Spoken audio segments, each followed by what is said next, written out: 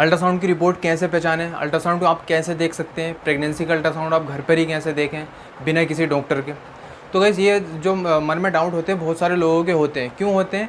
क्योंकि अगर हम किसी डॉक्टर के पास जाते हैं तो हम उसे अल्ट्रासाउंड दिखाते हैं, सोनोग्राफी दिखाते हैं, तो फिर वो उसे हम दिखाते हैं तो वो आप पूरी तरीके से जो है डिटेल में नहीं बता पाता है।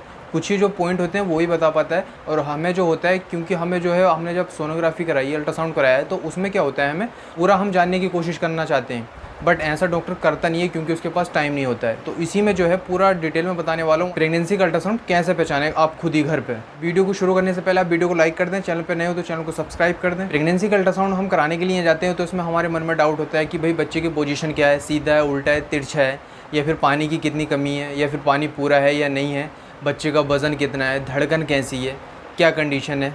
वीडियो को शुरू करते हैं पोजीशन से। बच्चे की पोजीशन अगर रिपोर्ट पे ये होगा तो कैसे पहचाने कि आपका बच्चा उल्टा है, सीधा है, तिरछा है। तो सबसे पहले उसके बारे में बात कर लेते हैं। तो गाइस बच्चा अगर सीधा होगा तो उसमें जो शो करेगा अल्ट्रासाउंड में वो सेफेलिक प्रेजेंटेशन करेगा। सेफेलिक प्रेजेंटेशन का मतलब होता है बच्चे की जो पोजीशन है बिल्कुल सीधी है। अगर उल्टे की बात करें तो उल्टे में जो होगा अल्ट्रासाउंड पे, सोनोग्राफी पे लिखा हुआ होगा ब्रीच प्रेजेंटेशन। ब्रीच प्रेजेंटेशन का मतलब है पोजीशन जो है बच्चे की बिल्कुल उल्टी है, मतलब उसके अपोजिट है, सीधे के अपोजिट है। तिरछा कैसा होगा? उसमें जो होता है अगर आप देखेंगे पोजीशन में तो ट्रांसवर्स चेंजिंग लाई हेड टुवर्ड राइट फ्लैंक या फिर लेफ्ट फ्लैंक।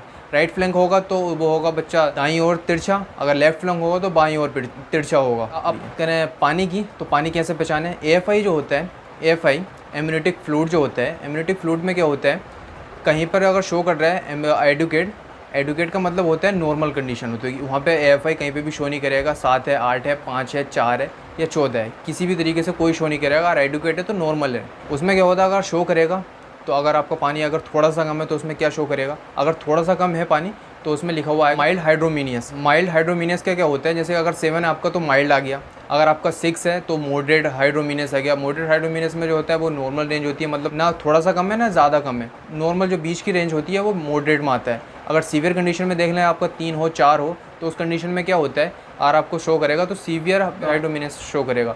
अगर बात करें आप वज़न कैसे देख सकते हैं अल्ट्रासाउंड के अंदर, तो वज़न अगर आप देखेंगे तो इफेक्टिव फीटल वेट कहीं पे भी लिखा हुआ आ रहा होगा EFW का मतलब क्या होता है, वो आपका जो है इफेक्टिव फीटल वेट है, जो बच्चे के अंदर जो ग्रोथ हो रही है उसे जो मेजरमेंट करके नापा जाता है, तो उसके हिसाब से उसके अकॉर्डिंग जो होता है वो वेट शो करते हैं। 2 किलो हो गया, 3 किलो हो गया, 4 किलो हो गया, फिर 100 ग्राम या 200 ग्राम। स्टार्टिंग में जो होता है बहुत कम ही वेट होता है, ये जो होता है लास्ट के 2 मंथ्स में ज़्यादा वेट गेन करता है बच्चा। अगर बात करें बच्चे की धड़कन की, तो बच्चे की धड़कन जो होती है फीटल हार्ट रेट होती है, FHR जो होती है, जैसे कि 163 VPM हो गया या फिर 140, 130, मतलब अकॉर्डिंग के हिसाब से होता है बच्चे की हार्ट बीट कितनी है। तो जो FHR अगर आ रहा है तो वो है जो बच्चे की धड़कन शो करता है, कितनी इसकी धड़कन 1 मिनट में धड़क रहा है।